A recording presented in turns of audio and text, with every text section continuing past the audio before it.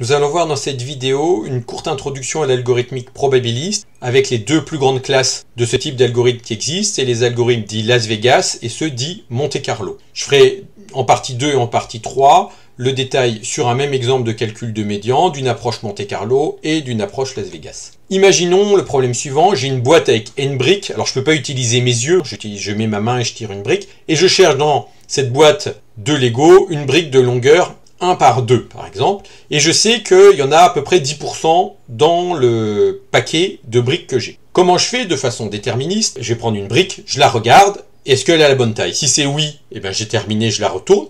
Sinon, je la pose et je vais chercher une autre brique. Et je recommence jusqu'à trouver la bonne brique. Alors si j'ai pas de chance, toutes les bonnes briques, elles sont à la fin, et donc je vais passer beaucoup de temps à énumérer les briques. Et ce pas de chance, il dépend de la donnée d'entrée, c'est quelque chose sur lequel j'ai pas de prise. C'est-à-dire qu'on peut très bien me donner une boîte de Lego par exemple qui a été secouée, les petites briques sont tombées en fond, les briques 1 par 2 elles sont petites donc elles sont au fond et donc souvent j'aurai des mauvaises briques. Mais pas forcément toujours donc je sais pas parce que peut-être d'autres fois ça a été fait comme ça puis ça a été retourné donc elles sont au début et ça je ne le sais pas à l'avance. Et les probabilités vont pouvoir nous aider à casser ces éventuelles pathologies sur les données d'entrée pour amortir le coût. Et donc il y a deux grandes approches, les approches dites Las Vegas et Monte Carlo, donc on donne le nom de ville à casino, parce que quand on fait de l'algorithmique probabiliste, on fait des paris, et on espère que tout va bien se passer. Alors la première approche probabiliste dite Las Vegas, je détaille après ce que ça veut dire, c'est par exemple de dire, je tire au sort une brique dans mon paquet, je regarde si elle a la bonne taille, si elle n'a pas la bonne taille,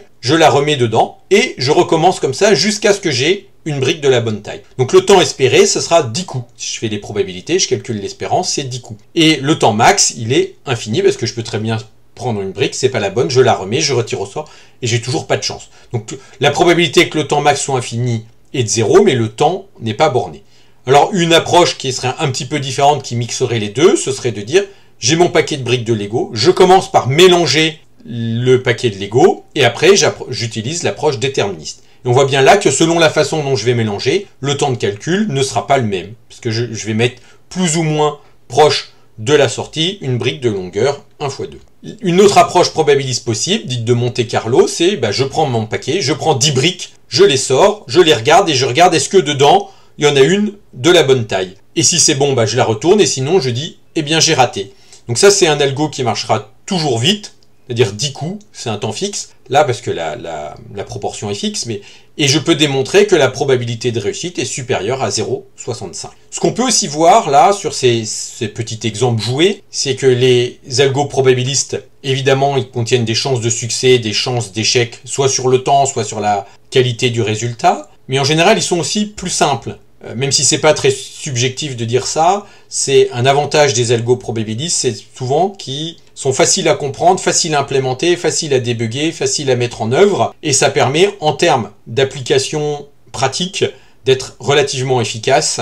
Alors, si on est un petit peu plus formel, en restant encore assez intuitif, j'ai un problème, en général, j'ai un algo déterministe, c'est-à-dire que si je lui donne 2 fois la même entrée, il va ressortir 2 fois exactement le même résultat en ayant fait exactement les mêmes opérations dans le même ordre, c'est toujours pareil. Dans les algorithmes probabilistes, ça change. Alors, les deux éléments importants quand on a un algo classique, c'est la correction. Est-ce que l'algorithme est correct? Est-ce qu'il donne toujours le bon résultat? Et le deuxième, c'est est-ce qu'il termine toujours et en utilisant combien d'opérations, donc terminaison et complexité. Et dans un algorithme probabiliste, on peut probabiliser l'un ou l'autre, éventuellement les deux, mais dans les grandes classes, que sont Las Vegas et Monte Carlo, on va probabiliser que l'un ou que l'autre. Donc la première classe dite de Monte Carlo, c'est on probabilise la correction de l'algorithme. C'est-à-dire que le temps de calcul pour une même entrée sera toujours le même.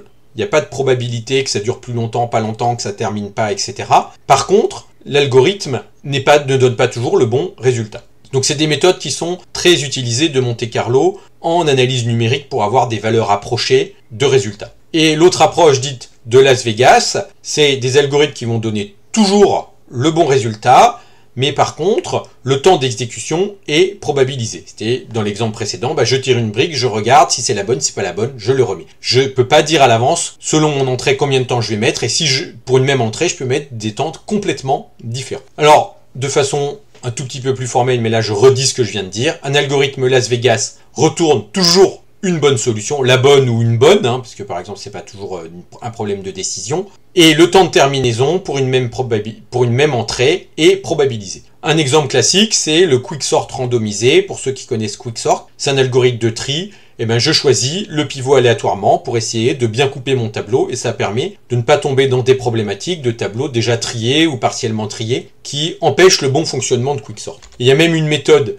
Las Vegas qui marche encore mieux, c'est de prendre 3 éléments au sort du tableau, de prendre celui du milieu et d'utiliser ça comme mon pivot de quicksort. Alors il y a quelques comparaisons pour trouver quel est l'élément du milieu, mais on gagne après du temps parce que c'est une façon qui va très bien couper le tableau en deux quand on fait du quick. Les algorithmes de Monte-Carlo, c'est des algorithmes qui vont retourner souvent la bonne solution ou une solution qui est proche et dont le temps de terminaison par contre est déterministe. Pour une même entrée, il mettra toujours le même temps. Alors il peut y avoir des petits détails qui changent, mais globalement il mettra le même temps. Pour les problèmes de décision, donc Monte-Carlo c'est pas forcément que des problèmes de décision, mais si c'est un problème de décision, il y en a qui sont biaisés sur le vrai, c'est-à-dire quand la réponse est vraie, l'algorithme est toujours vrai, c'est que c'est la bonne réponse. Par contre, quand c'est faux, il y a une probabilité d'erreur. Ceux qui sont biaisés sur le faux, c'est le contraire. Et il peut y avoir des erreurs des deux côtés, des faux positifs et des faux négatifs. Et ce qui est important dans un algorithme de Monte-Carlo, c'est d'avoir une estimation probabiliste de l'erreur. Ce qui est important donc, c'est pouvoir estimer la probabilité d'erreur pour estimer la confiance qu'on a dans le résultat.